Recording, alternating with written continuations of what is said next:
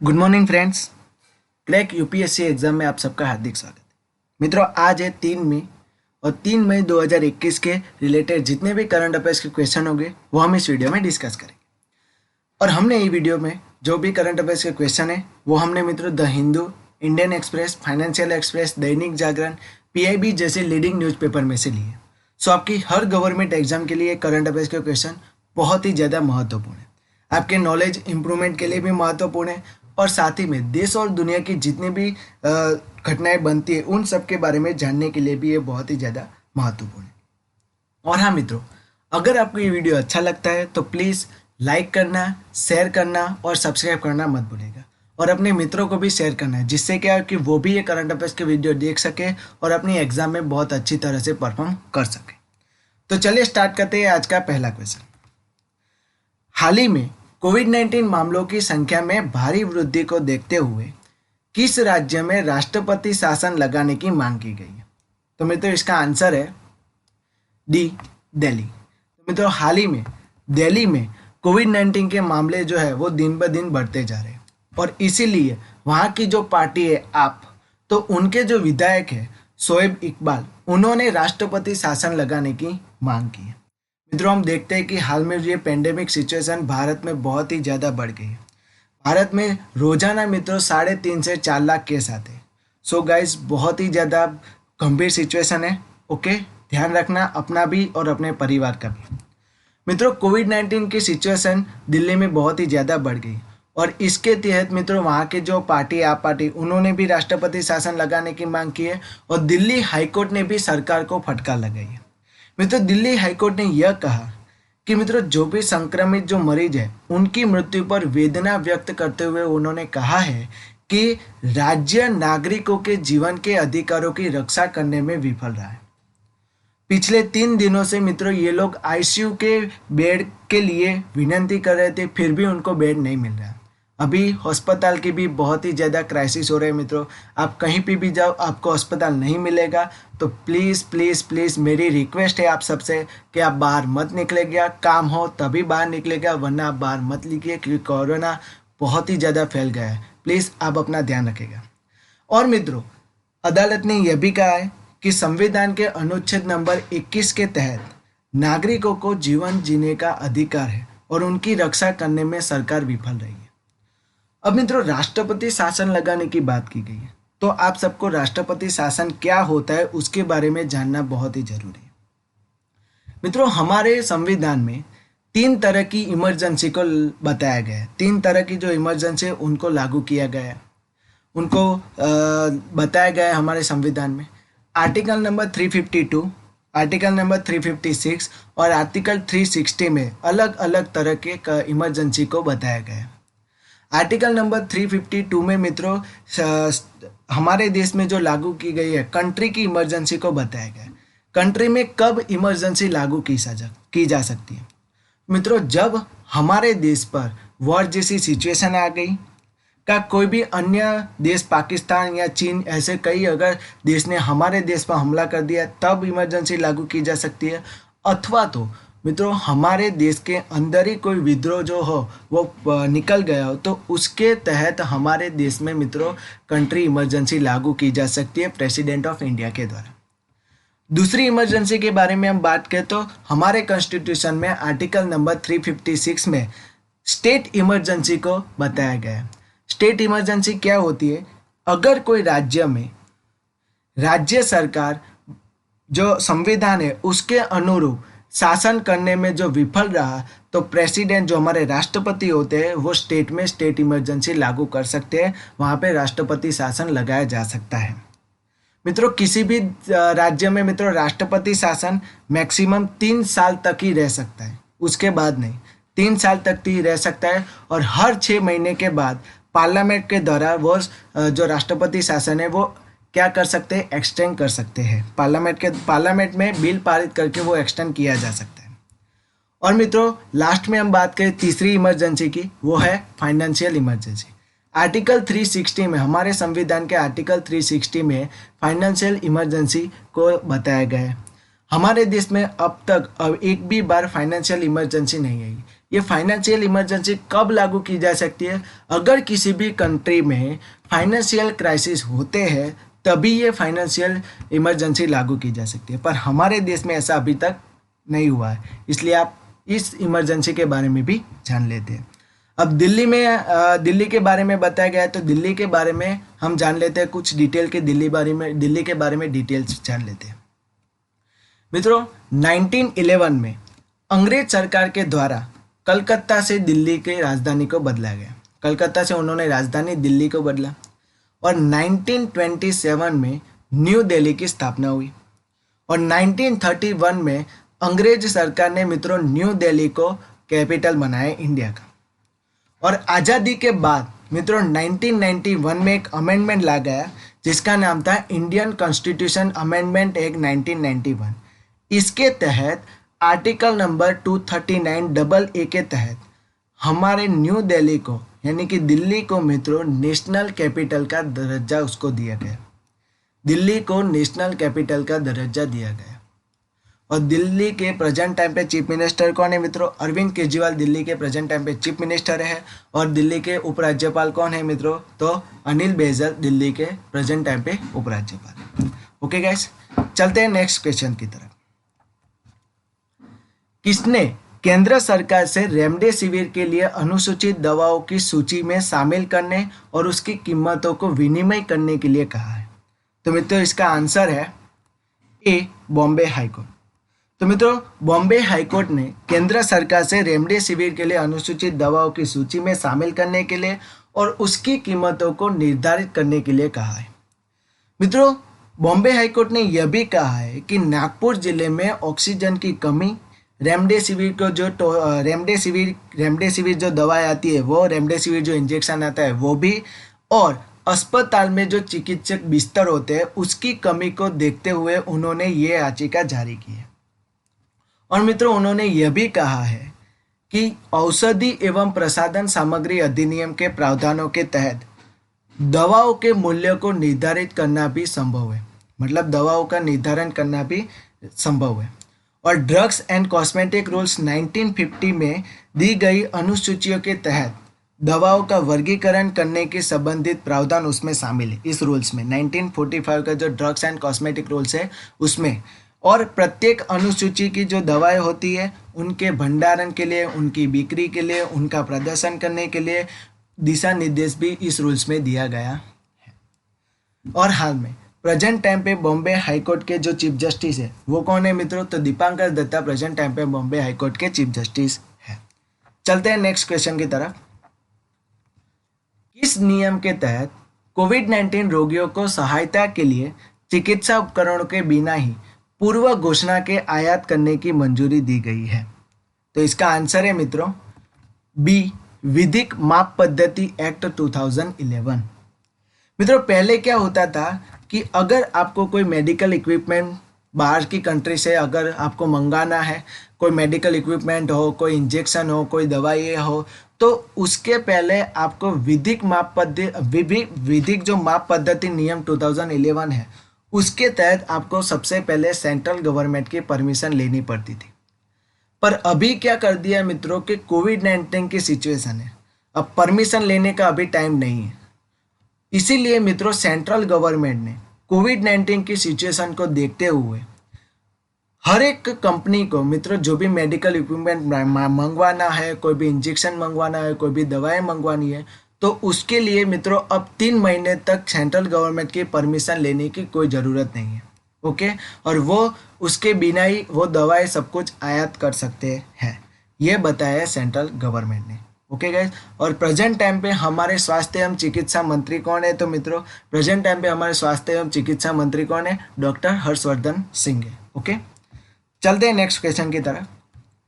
हाल ही में किसको central banks and supervisor networks for grinning and financial system, जिसे हम NGFC कहते हैं, उसका सदस्य बन गए?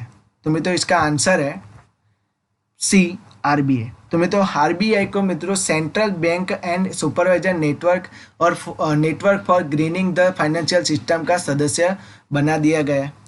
मित्रों इसकी शुरुआत कब हुई, एनजीएफएस की शुरुआत कब हुई? तो मित्रों इसकी शुरुआत हुई 12 दिसंबर 2017 को। 12 दिसंबर 2017 को पेरिस वन प्लेनेट समिट हुआ, उसमें इसकी शुरुआत की गई थी। अब इसकी शुरुआत क्यों की थी, मतलब कि इसकी शुरुआत किस कारण सर हेतु की गई थी? तो मित्रों जो सर्वोत्तम पद्धति है उसको साझा करने के लिए और वित्तीय क्षेत्र में पर्यावरणीय और जलवायु जो जोखिम प्रबंधन है उसके विकास में योगदान देने के लिए मित्रों यह एनजीएफएस जिसे हम central banks and supervisors network for the grinning the financial system कहते हैं, उसकी शुरुआत की गई। और मित्रों यह जो सम्मेलन है यह केंद्रीय बैंक और जो वित्तीय पर्यवेक्षक है उन सबको सम्मिलित करता है। अब आरबीआई को सम्मिलित किया गया है, तो मित्रों आरबीआई के बारे में जानना बहुत ही जरूरी है।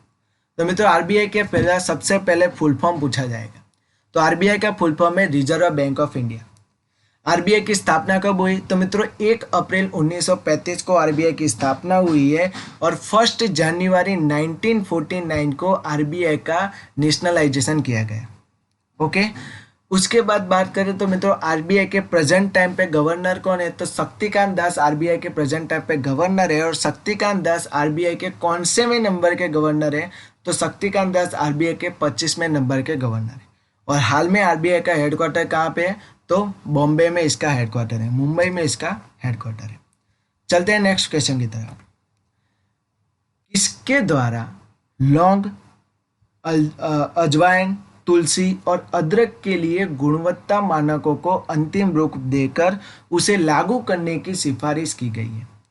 तो मित्रों किस समिति ने इन सबको लागू करने की सिफारिश की है? तो इसका आंसर है मित्रों बी, कोडेक्स समिति।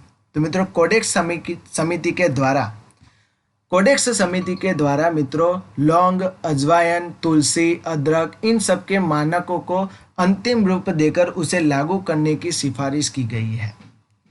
इस समिति ने मित्रों 4 नए मानकों को मित्रों किसे भेजा है? तो कोडेक्स जो एलिमेंट्रिक जो कमीशन है उसके पास फाइनल परमिशन के लिए भेज दिया गया है और उनको लागू करने के लिए भी बोल दिया गया है। अब ये codex committee on spices and the culinary herbs है क्या? मित्रों इस समिति का गठन 2013 में किया गया है। Codex committee on spices and the culinary herbs का अध्यक्ष भारत है। इसका अध्यक्ष कौन है? तो भारत देश है। और हमारा जो मसाला बोर्ड है वही इसका मित्रों क्या रहता है कि इसका दायित्व निभाता है, उसके ऊपर निगरानी करता है। और ये मित्रों हमारे वाणिज्य एवं उद्योग मंत्रालय के अंतर्गत आता है। और प्रेजेंट टाइम पे हमारे वाणिज्य एवं उद्योग मंत्रालय कौन है? मंत्रालय के मिनिस्टर कौन है? तो मित्रों पीयूष गोयल प्रेजेंट टाइम पे हमारे वाणिज्य और उद्योग मंत्री है। मित्रों ये codex committee on spices and culinary herbs का हेतु क्या है? इसका मुख्य कार्य क्या है? ये कार्य क्या करती है? तो मित्रों यह समिति अपने जो कोडेक्स सिद्धांतों और निष्पक्ष व्यापार पद्धति है उनके अनुसार मसाले और जो पाक कला है उसमें काम आने वाली जितने भी जड़ी बूटी है उनके सूखे हुए तथा निर्जलित जो साबुत अवस्था है उसे पीसे हुए, टूटे एवं कूटे गए प्रकारों के लिए वैश्विक मानकों का विकास एवं प्रचार करना है। जुदी जुदी जो भी मसाले हैं उनका प्रचार करती है, बराबर, ये कमेटी उसका प्रचार करती है। कोडेक्स एलिमेंट्री कमीशन के बारे में हम बात करें तो मित्रों वर्ष 1963 में इसका कमीशन किया गया। यह कमेटी मित्रों संयुक्त राष्ट्र के जो खाद्य एवं कृषि संगठन है जिसे हम फूड एंड एग्रीकल्चर ऑर्गेनाइजेशन है और WHO उन्होंने मिलकर इस संगठन को बनाया है। अब WHO ने बनाया है तो मित्रों WHO के बारे में जानना बहुत ही जरूरी है। मित्रों WHO का फुल फॉर्म है मित्रों वर्ल्ड हेल्थ ऑर्गेनाइजेशन। उसकी स्थापना कब हुई? तो 7 अप्रैल 1948 को WHO की स्थापना हुई है। इसका मुख्यालय कहाँ है? तो मित्रों जिनीवा में है इसका मुख्यालय, स्विट्जरलैंड के जिनीवा में इसका मुख्यालय है। और मित्रों इसके हेड अभी चेयरपर्सन कौन है? तो मित्रों टेड्रोस अथानम गेब्रेयेसस प्रेजेंट टाइम पे मित्रों WHO के हेड है। और फाइनेंशियल एक्शन जो फूड एंड एग्रीकल्चर ऑर्गेनाइजेशन है उसका मुख्यालय पेरिस में आया है। तो इस आंसर के लिए इतना ही बहुत है। चलते हैं नेक्स्ट क्वेश्चन की तरफ। हाल ही में वैश्विक वन लक्ष्य रिपोर्ट जिसे हम कहते हैं मित्रों ग्लोबल फॉरेस्ट गोल्स रिपोर्ट 2021 मतलब कि किसके द्वारा आर्थिक और सामाजिक मामलों के विभागों के द्वारा तैयार की गई, मतलब ये रिपोर्ट किसके द्वारा तैयार की गई है? तो इसका आंसर है मित्रों डी, संयुक्त राष्ट्र, जिसे हम कहते हैं यूनाइटेड नेशन। यूनाइटेड नेशन के द्वारा मित्रों ग्लोबल फॉरेस्ट रिपोर्ट है वो तैयार की गई है। मित्रों विभिन्न देशों के वनों का प्रबंधन करने वाली चुनौतियों को कोविड-19 महामारी ने और भी बढ़ा दिया, क्योंकि इस रिपोर्ट में यह बताया गया है कि क्या क्या परिस्थिति में ये सब कार्य करते हैं। ये रिपोर्ट में बताया गया है कि इसका प्रभाव क्या हुआ कोविड-19 की सिचुएशन के लिए, कोविड-19 की जो सिचुएशन है उसमें किस पर कितना प्रभाव पड़ा, ये इस रिपोर्ट में बताया गया है। मित्रों इस रिपोर्ट में बताया गया है कि सबसे पहले हम बात करें तो समग्र प्रभाव के बारे में हम बात करें तो मित्रों कोविड-19 न केवल एक स्वास्थ्य संकट है, बल्कि इसकी वजह से कई ऐसी जिंदगियां हैं, कई ऐसी आजीविकाएं वो समाप्त हो गई। हम रेडी वाले देखते हैं कि जो रोड पे अपने जीवन को गुजारा करने के लिए कुछ ना कुछ बेचते रहते हैं, कुछ ना कुछ वस्तुएं बेचते हैं, तो उनका धंधा बंद हो गया, बराबर। और गरीबी आ गई, असमानता आ गई, खाद्य की असुरक्षा पैदा हो गई। इससे क्या हुआ कि हमारा जो इच्छित भविष्य है ना वो अब संकट के घेरे में आ गया। यह इस रिपोर्ट में बताया गया। दूसरे बारे में हम बात करें तो वैश्विक उत्पादन वैश्विक जो उत्पादन होता है, वर्ल्ड मैन्युफैक्चरिंग पर भी इस पर बहुत ज़्यादा प्रभाव पड़ा है। 2020 में हम बात करें तो विश्व सकल उत्पादन में लगभग 3% की गिरावट हुई है, और वैश्विक महामंदी के बाद वैश्विक उत्पादन में सर्वाधिक तीक्ष्ण गिरावट हुई है। मतलब कि 2020 में जब कोरोना आया उसकी वजह से जो वर्ल्ड में जो मैन्युफैक्चरिंग होता है उसमें 3% का गिरावट हुई है, लॉस हुआ है। 3% तक का जो मैन्युफैक्चरिंग वो लॉस हुआ है। तीसरे बारे में हम बात करें तो कैसे कि आर्थिक मोर्चे पर भी, यस एब्सोल्युटली मित्रों, वनों पर निर्भर जो आबादी है वो नौकरी खोने के बाद उसकी आय में कमी हुई है, बाजारों और खबरों तक पहुंच में कमी हुई है। कई महिलाएं, कई युवा होते जो मौसमी रोजगारों में भी कमी का सामना करना पड़ता है। एब्सोल्युटली मित्रों, जो लोग सीजनल जो बिजनेस करते हैं, बिकॉज ऑफ कोरोना की महामारी के चलते मित्रों दिवाली नहीं मनाई गई, होली नहीं मनाई गई, ऐसे त्यौहार है जो मनाए नहीं गए, और ये त्यौहार मनाने न जाने पर जो ये सीजनेबल बिजनेस करते हैं उनको बहुत बड़ा लॉस भी हुआ है। और चौथी बात करें तो मित्रों फोर्थ पॉइंट वो है कई वन आश्रित समुदाय। एब्सोल्युटली मित्रों, विशेष रूप से हम बात करें तो मित्रों जो समुदाय वन पर आधारित है उनको बहुत ही ज़्यादा ये प्रभाव पड़ा, उनकी बहुत ही ज़्यादा मित्रों उनको कई ऐसी कठिनाई होती है, उनका सामना करना पड़ा। तो ये सब मित्रों, ये सब पॉइंट है जो ग्लोबल रिपोर्ट में यूनाइटेड नेशन संयुक्त राष्ट्र के द्वारा ये रिपोर्ट में बताया गया है। अगर आपके एग्जाम में ये पूछा जाए तो आप लिख सकते हैं, मेंस में आप इस बारे में बहुत ही ज़्यादा अच्छे से लिख सकते हैं। अब यूनाइटेड नेशन ने बताया तो यूनाइटेड नेशन के बारे में जानना बहुत ही ज़रूरी है। तो यूनाइटेड नेशन की स्थापना कब हुई? तो 1945 को। इसका हेडक्वार्टर कहाँ पे है? तो न्यूयॉर्क में। और इसके प्रेजेंट टाइम पे सेक्रेटरी कौन है? तो सेक्रेटरी जनरल है मित्रों प्रेजेंट टाइम पे इसके एंटोनियो गुटेरेस। चलते हैं नेक्स्ट क्वेश्चन की तरफ। भारतीय नौसेना ने ऑक्सीजन आवश्यकताओं को पूरा करने के लिए कौन सा अभियान शुरू किया? तो मित्रों इसका आंसर है ऑपरेशन समुद्र सेतु द्वितीय, बी इसका राइट आंसर है। तो मित्रों हाल ही में भारतीय नौसेना के द्वारा जो ऑक्सीजन सप्लाई होती है उनको पूरा करने के लिए एक राष्ट्रीय अभियान शुरू किया गया जिसका नाम है मित्रों ऑपरेशन समुद्र सेतु द्वितीय। मित्रों पिछले साल कोरोना की सिचुएशन में विदेश में जो हमारे लोग रहते हैं उनको हमारे कंट्री में वापस लाने के लिए मित्रों भारतीय नौसेना के द्वारा वंदे भारत मिशन लॉन्च किया गया था और समुद्र सेतु अभियान भी लॉन्च किया गया था।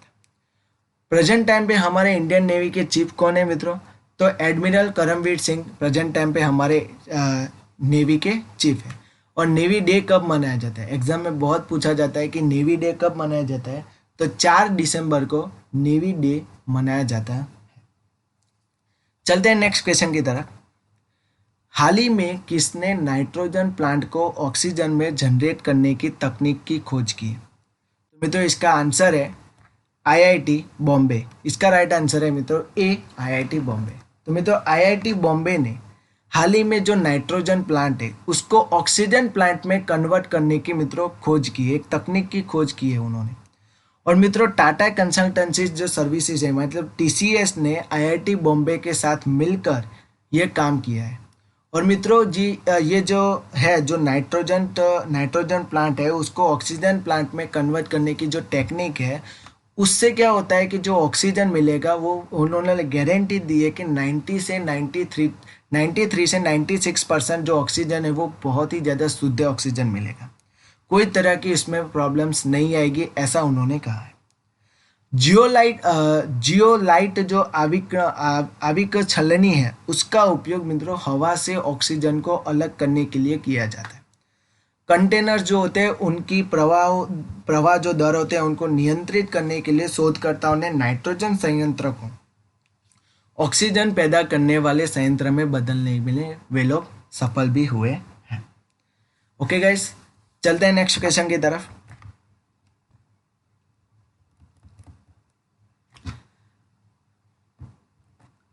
हाल ही में अमेरिका ने खालिजिया नामक पेट्रोल एयरक्राफ्ट इंडिया को बेचने की मंजूरी दे दी है। तो मित्रों इसका आंसर है सी, P8I। तो हाल ही में P8I जो बोइंग 737 जो कॉमर्शियल प्लेन है उनको भारत को बेचने के लिए परमिशन दे दी गई और भारत इस जो कॉमर्शियल प्लेन्स है उसको खरीदने वाला पहला कंट्री बन गया है। यह एयरक्राफ्ट लंबी दूरी की जो पनडुब्बी विरोधी युद्ध है, सतह जो विरोधी युद्ध है, खुफिया निगरानी करने के लिए और टोही मिशनों के लिए ही बनाया गया है। और P8 जो आई है यह 8 बहुआयामी सूचना वितरण जो प्रणाली है वो संयुक्त सामयिक जो रेडियो प्रणाली है उसके साथ आता है। तेमज 42 AAR और AR-54 मिसाइल्स वार्निंग सेंसर भी उसमें लगाया गया है इस विमान। अब अमेरिका भारत को देगी तो अमेरिका के बारे में जानना बहुत ही जरूरी है मित्रों। प्रेजेंट टाइम पे अमेरिका के प्रेसिडेंट कौन है? तो मित्रों जो बाइडेन प्रेजेंट टाइम पे अमेरिका के प्रेसिडेंट है। और प्रेजेंट टाइम पे वाइस प्रेसिडेंट कौन है? तो कमला हैरिस प्रेजेंट टाइम पे अमेरिका की वाइस प्रेसिडेंट है। ओके गाइस, तो थैंक यू सो मच, आज के लिए इतना ही। अगर मित्रों आपको ये वीडियो अच्छा लगता है तो प्लीज़ लाइक करना, शेयर करना, अपने मित्रों को भी शेयर करना, बिकॉज ऑफ वो भी अपने ये करंट अफेयर्स देखेंगे तो उनको भी कहीं ना कहीं हेल्प मिलेगी, इसीलिए। और सब्सक्राइब करना मत भूलिएगा। Thank you so much.